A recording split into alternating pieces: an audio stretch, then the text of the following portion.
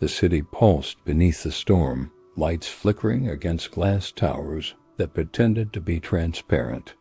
In her small apartment, Ava Renner sat motionless before the hard drive that had rewritten her purpose. It was still plugged into her laptop, the faint blue glow a heartbeat in the dark. The files it contained could ignite a nation or bury her for good. Somewhere beyond the walls, sirens wailed, but she didn't flinch. She had already learned that danger no longer announced itself with noise, it whispered through silence. The name on the last folder was simple, chilling. Witness 0. She hovered her mouse over it, breath shallow, fingers trembling. She thought of Jason's voice that recorded confession. Don't make me the story, make the system answer instead. And then she clicked. The screen went black for half a second, then filled with dated documents, messages, encrypted memos, time-stamped audio. A trove of communication threads stretching back more than a decade. There were familiar names, judges, donors, prosecutors. But deeper within, one label caught her eye, a hidden subfolder titled Protocol Z. She opened it. The files were written in legal shorthand and digital jargon, but the pattern was unmistakable.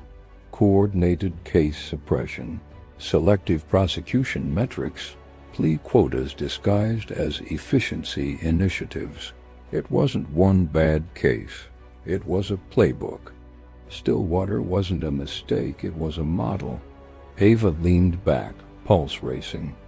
Every reform speech, every courtroom handshake, every election promise about justice served. They all fed into a system engineered not to deliver fairness, but to manage it. She whispered to herself, Witness 0 wasn't a person. It was a policy. The following morning, she called her producer.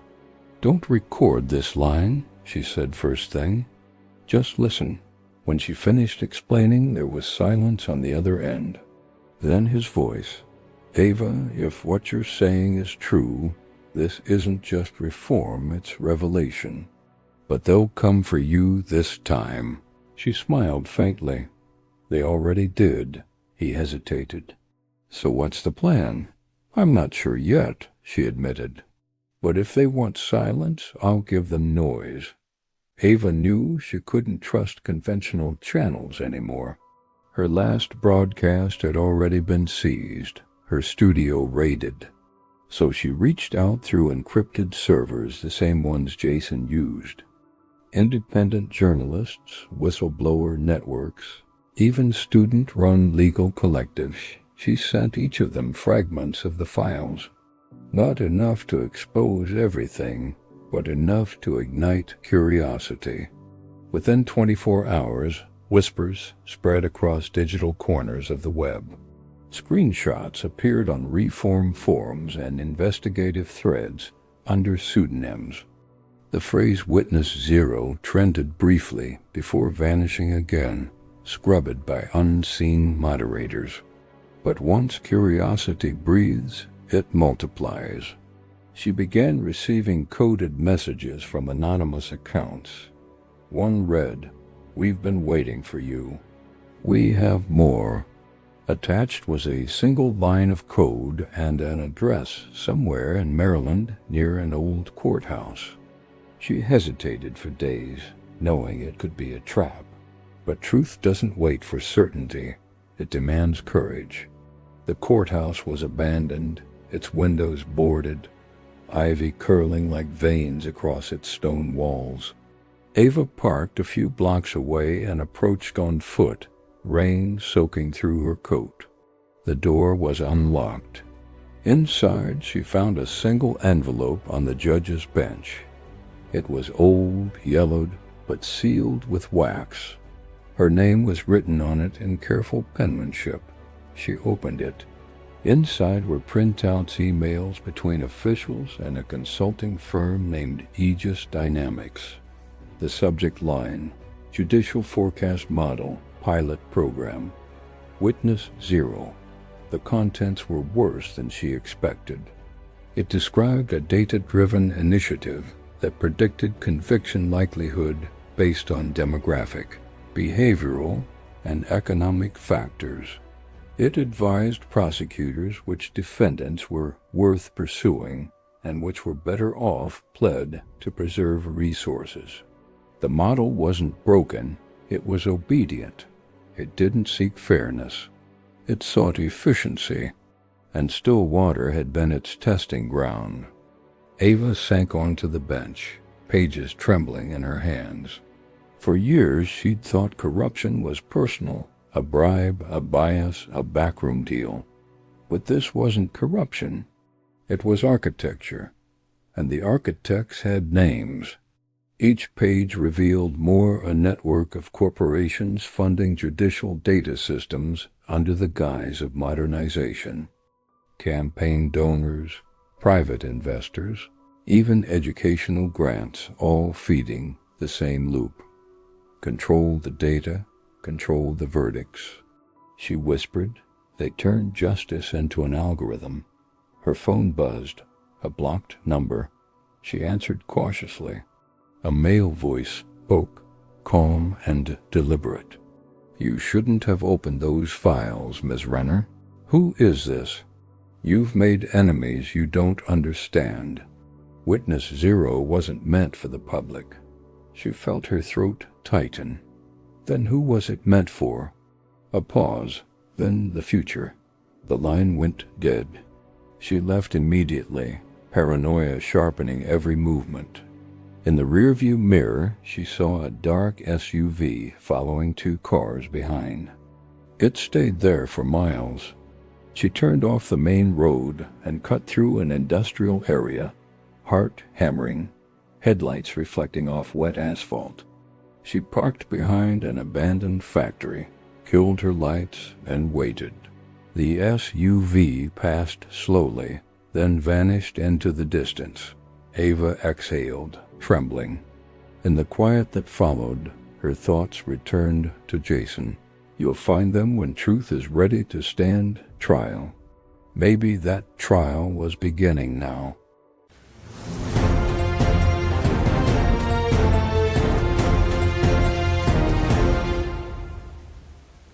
Over the next week, Ava operated from safe houses and borrowed apartments, uploading fragments of the Witness Zero files to secure cloud mirrors. Journalists began publishing corroborating stories, statistical anomalies in plea deals, unexplained disparities in sentencing. Slowly, the shape of the machine emerged, a national framework of selective justice dressed up as reform. The public's reaction was explosive. Some refused to believe it. Others saw what they'd always suspected confirmed in data. And then came the statement from Aegis Dynamics itself. A press release denied all wrongdoing, describing Witness Zero as a predictive analytics tool designed to assist case management, not influence outcomes. They painted Ava as a rogue journalist manipulating confidential materials. The networks echoed the company's narrative. Talk shows debated her credibility. Political figures called for her arrest under data breach laws. But Ava didn't flinch. She uploaded more, every file, every connection, every name. The internet became her courtroom. The flood of truth couldn't be contained. Across the nation, protesters gathered with banners that read, "We are Witness Zero." College students organized mock trials. Legal analysts called it the most significant exposure of judicial engineering in decades. For the first time, mainstream anchors began uttering the unthinkable. If plea deals are driven by algorithms, is justice even human anymore? But while the public debated, something else moved quietly in the shadows. A federal warrant was issued for Ava's arrest. Charges: unauthorized possession of classified data, interference with judicial integrity, cyber intrusion. Her producer called her in a panic. "Ava, you need to disappear." "They'll make an example out of you," she replied softly. "They already did that to Jason. I'm not running." He was silent for a long time. Then he said, "Then let me help you do it your way." They arranged one final broadcast, not through any network, through an independent, encrypted livestream mirrored across dozens of platforms.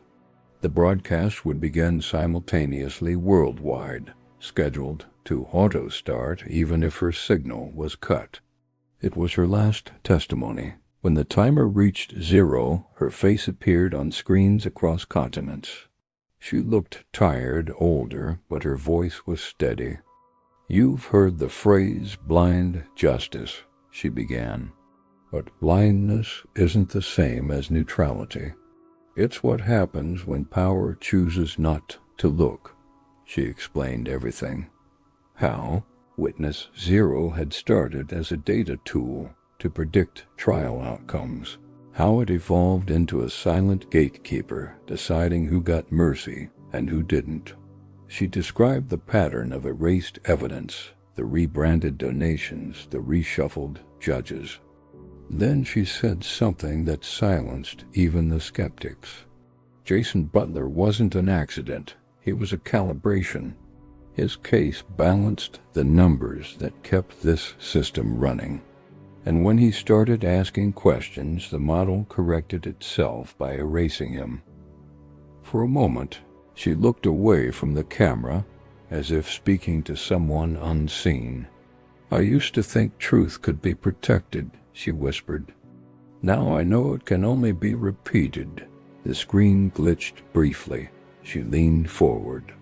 "They're coming for me, maybe even as you watch this. But remember, Witness Zero wasn't meant to be exposed.